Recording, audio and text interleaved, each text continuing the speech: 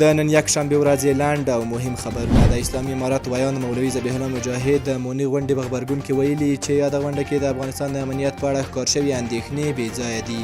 نوموړي زیاته کړې چې افغانستان له کلونو وروسته امن هیواد دی، هیڅ بهرنۍ ډله دلته شتون نه لري او نه هم د فعالیت اجازه ورکول کیږي. د ملګرو ملتونو د بشري مرستو د همغږۍ اداره یا اوچا وایي چې سویس د افغانستان د بشري مرستو له صندوق سره 1.9 میلیونه ډالره مرسته کړې ده.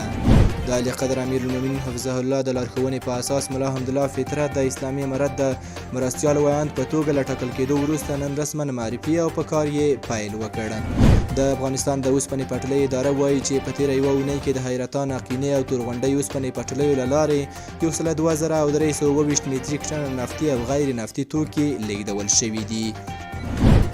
د افغانستان بانک اعلان کړی چې سبا دوشنبه د داوطلبۍ له لارې 11 میلیونه ډالره لیلاموي. یاد بانک په شرایطو برابرو سوداګریزو بانکو، صرافۍ او د پولي خدمتونو له شرکتونو څخه غوښتي چې په دې داوطلبۍ کې ګډون وکړي. د میدان وردګ ولایت اوسیدونکي د دې ولایت د امیر روغتیا ریاست له فعالیتونو څخه خوښي څرګندوي او وایي چې پر وخت یې روغتیایي ستونزو ته رسیدنه کیږي. د فراه ښاروالۍ ریاست مسؤلین وایي چې سږ کال به په دې ولایت کې شاوخوا 15,000 نیالګي کېنول شي.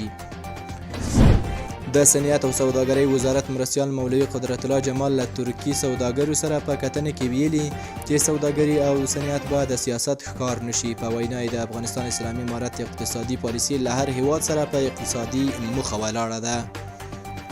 په غور کې د اسلامي امارت ځایي چارواکي وایي چې د غور کابل لاره په بکک غاښي کې د اورښتونو له امله د ترافیکو پر مخ تړل شوې ده. سرچینې زیاته کړي چې د یادې لارې د پرانیستل کېدو لپاره هڅې پیل شوي دي. په هرات کې هره میاشت 10,000 برېښنایي پیژندپاڼې ویشل کیږي. هېواد کې د 6 لویو لارو د اساسي رغېدو چارې پیلېږي. اسلامي امارت د هیواد په لویو لارو کې د 6 سړکونو له جوړېدو خبر ورکوي.